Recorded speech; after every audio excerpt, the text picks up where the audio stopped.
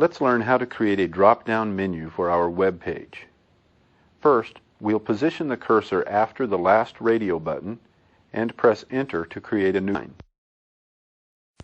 And type, "Which is your favorite Beanie Baby?" and press Enter. Now we'll open the Insert menu, choose Form, and in the Form flyout, we'll select Drop-Down Menu. Notice we are returned to our page with a drop-down menu added. Let's set the properties for this menu. We'll select it, then right-click,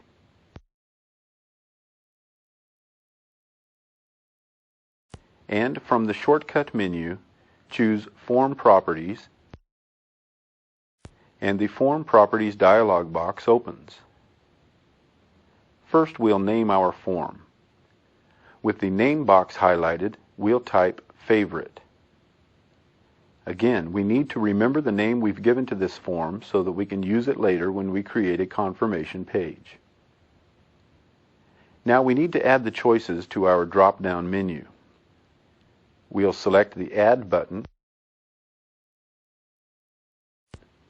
and the Add Choice dialog box opens. With the cursor blinking in the choice, we'll type Alley, leave the other options in their default setting, and choose OK to return to the drop-down menu Properties dialog box with our first choice added.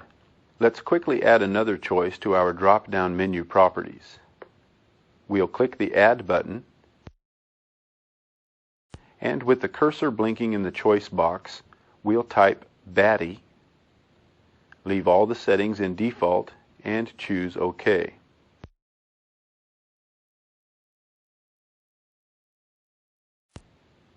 Notice we now have two choices added to our drop-down menu.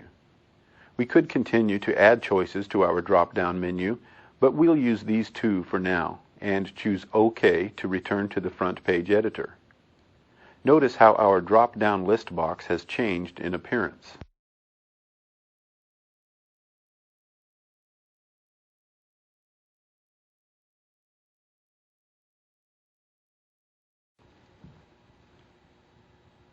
The Form Properties dialog box allows us to take the information that a site visitor enters into the forms we've created and create ways to store it for later retrieval using a form handler or a custom script.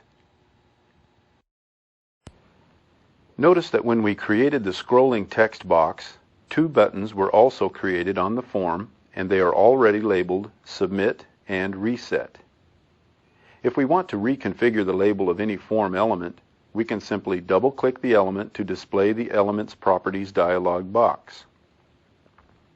For example, we'll double-click the Submit Push button, and in the Push Button Properties dialog box, we can change the label for our button by changing the Value Label section. However, we'll leave these settings as they are and click OK to return to the front page editor.